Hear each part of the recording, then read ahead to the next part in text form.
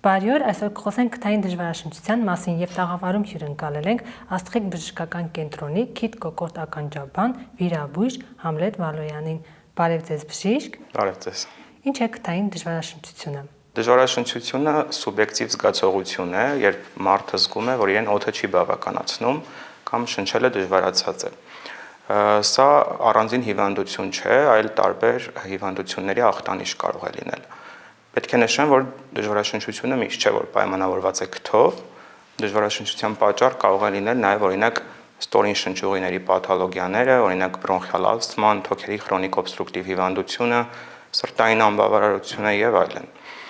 Շատ են բողոքում քթային դժվարաշնչությունից, ինչի այն է, որոնք են պատճառները։ Քթային դժվարաշնչությունը այո բավականին տարածված պաթոլոգիա է։ Պատճառները բազմաթիվ են։ Ամենատարածված պատճառներից դա քթի միջնապատի դեֆորմացիաներն են, խեցիների հիպերտրոֆիաները, ադենոիդ վեգետացիաները, պոլիպները քթի խոռոչի։ Որ դեպքում է առաջանում քթի միջնապատի դեֆորմացիա։ Քթի միջնապատի դեֆորմացիայի առաջացման բազմաթիվ պատճառներ կան։ Մարդկանց մոտ տարածված պատճառը տրավմատիկ պատճառն է։ Հաճախ պացիենտները նույնպես ասում են, որ զարմանում են, որ որտեղից իրենց միջնապատի դեֆորմացիա, ասում են երբեք տրավմա չենք ունեցել,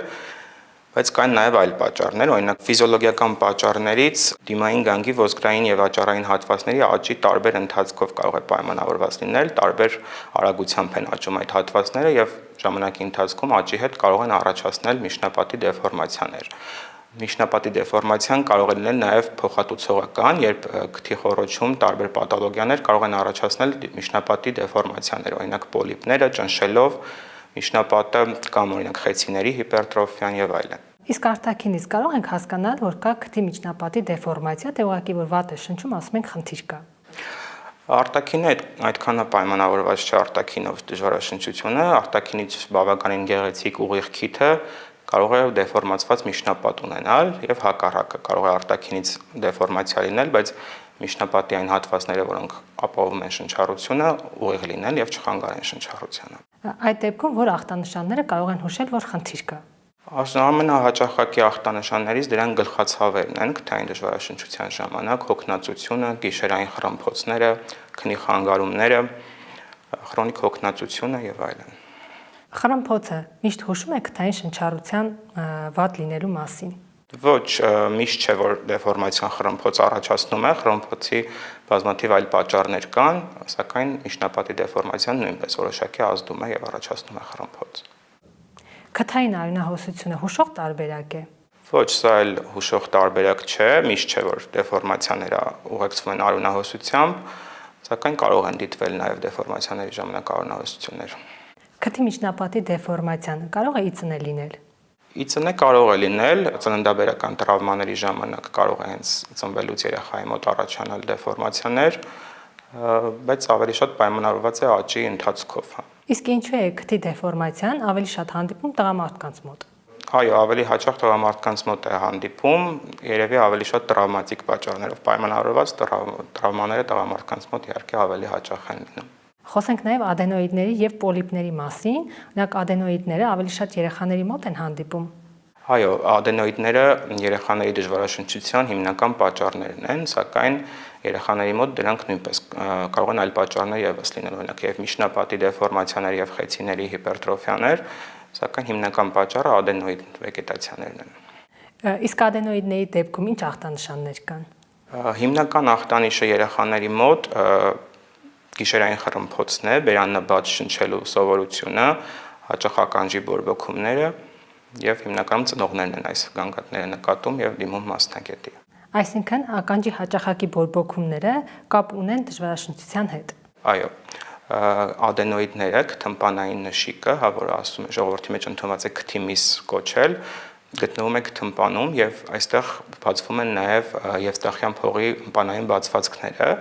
Եվստախյան փողը կապ է ստեղծում թմբանի եւ միջին ականջի միջեւ եւ ապահովում է միջին ականջի օդափոխությունը։ Այսինքն օդը քթից անցնում է եվստախյան փողով դեպի միջին ականջ։ Երբ ադենոիդը չափերով մեծանում է, փակում է այս ըմպանի եվստախյան փողի ըմպանային բացվածքը եւ վատանում է միջին ականջի վենտիլյացիան եւ առաջանում է ականջի բորբոքումներ։ Հեղուկ է կուտակվում ականջում եւ երեխաների մոտ առաջանում է ծանրալսություն։ Եվ հիմնական գանգատը կարող է անգամ երեխաներին ծնողները բերում են հենց ծանրալսության գանգատով եւ մենք ախտորոշում ենք, որ դա ադենոիդների հետևանքով է։ Մեծահասակների դեպքում եւս այդպես է, որ ասում են լսողությունս լավ չէ։ Մեծահասակների դեպքում նույնպես նույն մեխանիզմը կարող է գործել։ Ծանրալսության դեպքում իհարկե բազմաթիվ պատճառներ կան, միայն դա ասելը ճիշտ չէ, բայց տարիքի հետ ադենոիդները հետ են զարգանում եւ սեռահասունացումից հետո չափերով փոքրանում են։ Սակայն լինում են դեպքեր, երբ որ հանդիպում են նաև մեծահասակների մոտ ադենոիդներ, այսինքն այդ հետ զարգացումը չի լինում եւ նույն գանգատները կարող է առաջացնել։ Մեծահասակների մոտ պետք է իհարկե դիֆերենցիալ թմբանի չավորակ գոյացություններից ադենոիդների մեծացումը եւ այլն, հստակ ախտորոշել, որ դա հենց ադենոիդ է, նոր փորձել լուծել։ Ծնողները երեխայի մինչև որ տարիքը պետք է ուշադիր լինեն։ Գանգատները հենց վաղ մանկական տարիքից 3-4 տարեկանից կարող են դիտվել երեխաների մոտ եւ խիստ արտահայտված դեպքերում, երբ չափերով շատ մեծ են ադենոիդները, հենց այս տարիքում է պետք լուծել խնդիրը, որտեղ ժամանակի ընթացքում քթային վատ շնչառությունը բերում է դիմային գանգի ոսկրերի ձևախախտման եւ անընդհատ բերանային շնչառությունը կծվածքի խանգարումներ կարող է երեխայի մոտ առաջացնել եւ այլն։ Դրա համար պետք է հենց եթե կա խնդիրը լուծել ժամանակին, որպեսզի այդ զարգացումը դիմացնոտային շրջանի լինի ճիշտ եւ երեխան հետագայում խնդիրներ չունենա կծվածքի հետ կապված։ Այսինքն, երբ նշում են, որ առաջ եկած ծնոտը կապ ունի քթային դժվարաշնչության հետ, դա ճիշտ է։ Իհարկե կապ ունի։ Եվ այստեղ արդեն օրթոդոնտների հետ համակցված պետք է կատարել երեխաների բուժումը, քանի որ միայն կծվածքի շեղումը, այդ բրեկետներ տեղադրելը եւ այլն հարցի լուծում չէ, նախ սկզբնական շրջանում պետք է լուծել քթային շնչառության հարցը, հետո նոր արդեն զբաղվել ծնոտի խնդիրներով։ Ադենոիդների դեպքում բուժման ինչ տարբերակներ կան։ Ադենոիդների բուժման տակտիկան կախված է չափերից ադենոիդների, առաջին, երկրորդ աստիճանի դեպքում կոնսերվատիվ բուժում է իրականացվում դեղորայքային, երրորդ, չորրորդ աստիճանի դեպքում արդեն վիրահատական ցուցում է, հեռացվում են ադենոիդները։ Իսկ պոլիպները որ դեպքում են խնդիր առաջացնում։ Պոլիպները բավականին համառ պաթոլոգիա է լոր պրակտիկայում եւ անընդհատ կրկնվելու հատկություն ունեն։ Դրանք բարակ գոյացություններ են, որոնք առաջանում են քթի խոռոչի լորձաթաղանթի քրոնիկ բորբոքման հետևանքով։ Պատճառը վերջնականապես հայտնաբերված չէ, կան տարբեր նախատրամադրող գործոններ, ինչպես օրգանիզմի ալերգիկ սենսիբիլիզացիան, ժառանգական նախատրամադրվածությունը եւ այլն։ Հաճախ են հանդիպում։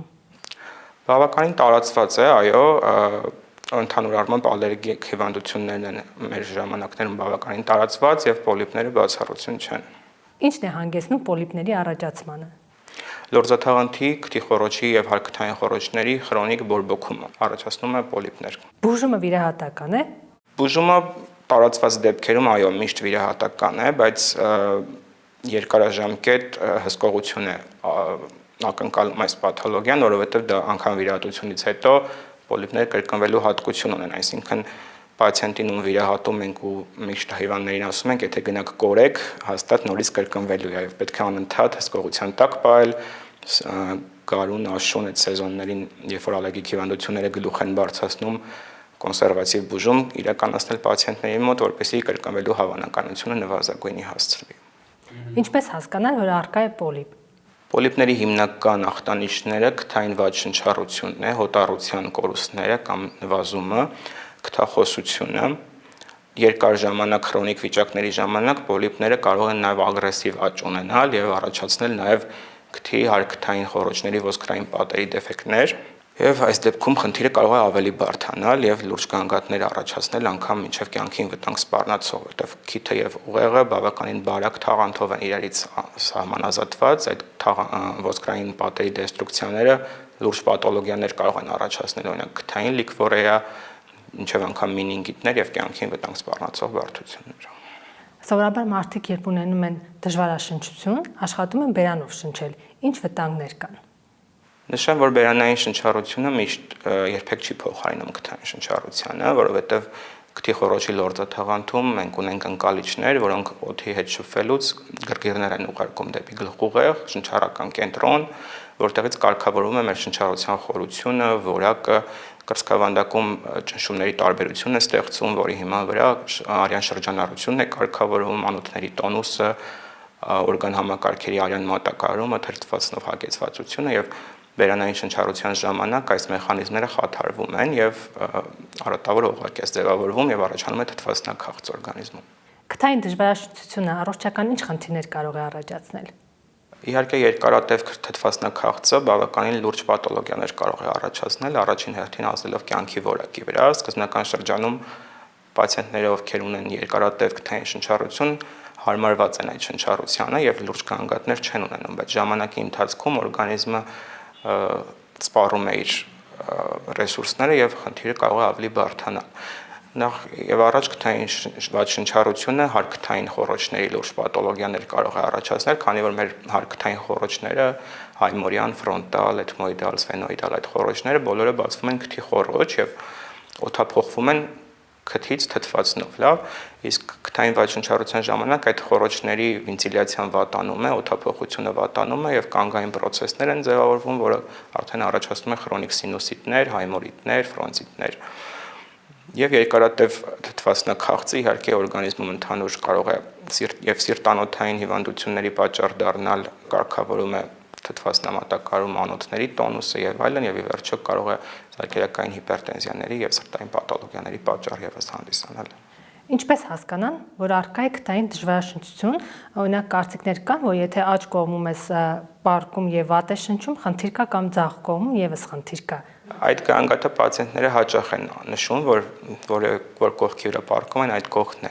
այդ կողմով է շնչառությունը վատանում, դա հիմնականում խեցիների չափերի մեծացումով է պայմանավորված, երբ որ կողմի վրա պարկում ենք, այդտեղ անամատակարարումը ավելի լավանում է, խեցին այտուցվում եւ շնչառությունը վատանում։ Հիմնականում միջնապատի դեֆորմացիաները ուղեկցվում են նաև քթի խեցիների չափերի մեծացումով, քանի որ երբ որ ինչ-որ կողմ է թեքվում միջնապատը, հակառակ կողմում ազատ տարածք է ձևավորվում եւ խեցին դրա ֆոնին սկսում է ավելի չափերով մեծանալ։ Քթի միջնապատի դեֆորմացիայի եւ ադենոիդների դեպքում երեխաներին երբ կարելի է վիրահատել։ Խիստ ցուցումների դեպքում 3.5-4 տարեկանից արդեն հնարավոր է վիրահատել։ Եթե դեռ այդ աստիճանի չի, այսինքն 3-4 աստիճանի չի, որոշակի կոնսերվատիվ բուժում կարելի է իրականացնել եւ տարիքը որ երեխայի մեծանա, սակայն եթե կան խիստ ցուցումներ, ապնոեին, օպաներ, գիշերային եւ այլն, 3-ից 3.5 տարեկանից սկսած իրականացվում է։ Իսկ միջնապատի խեցիների խնդիրները էլի ըստ ցուցումի է կախված, եթե շատ խիստ արտահայտված է եւ էլի առաջացնում է լուրջ գանգատներ, պետք է քննարկել անհատական յուրաքանչյուր երեխայի մոտ, իսկ ավելի ցանկալի է, երբ որ արդեն ձևավորվում է աճը, վերջանում է ոսկրային աճառային հատվածների եւ վերջնական լուծումը վիրահատությամբ իրականացվում է։ Մեծահասակները քթի դեֆորմացիայի դեպքում խուսափում են վիրահատություն կատարել, սա կողմնակի ինչ խնդիրներ կարող է առաջացնել։ Միջնապատի դեֆորմացիան միշտ չէ, որ վիրահատության ցուցում է, չկան մարդիկ, ովքեր ունեն իդեալական ուղիղ միջնապատ։ Այս կամ այն չափով բոլորիս մոտ կա որոշակի դեֆորմացիա, սակայն կախված է թե դեֆորմացիան որ հատվածում է, ինչքանով է ազդում շնչառության վրա, ինչքանով է կյանքի որակը վատացնում։ Էլի նույնպես ցանկացած պացիենտի մոտ անհատական է, կախված է գանգատներից, դրսևորումներից, որտեղ կան պացիենտներ, ովքեր ունեն խիստ արտահայտված դեֆորմացիա, բայց չունեն որևէ գանգատ եւ պաթոլոգիա։ Այս դեպքում վիրահատությունը այդքան էլ ցուցված չէ։ Օրինակ երեխաների դեպքում ծնողները խնդիրը շուտ են բացահայտում։ Հիմա ընդհանուր տեղեկատվությունն է ծնողների մոտ բավականին բարձր եւ համացանցը շատ հնարավորություն է տալիս ծնողներին կրթվելու, տարբերելու պաթոլոգիաները, բավականին ուշադիր են ծնողները եւ բավականին շուտ դիմում են։ Իսկ երեխաների ագրեսիվ վարքը կարող է հուշել, որ կա շնչառական խնդիր։ Այո, երեխայի վրա կարող է նաև վարքի վրա անդրադառնալ, անգամ